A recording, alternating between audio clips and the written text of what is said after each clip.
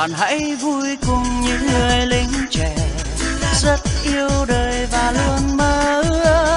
ước mơ được giữ trong tim mình những tháng năm đồng đội bên nhau. Đời lính có khi thật nhớ nhà, nhờ gió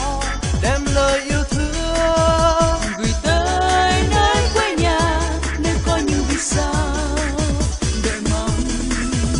đời lính có cây đàn tâm tình hòa tiếng và khi lòng buồn vui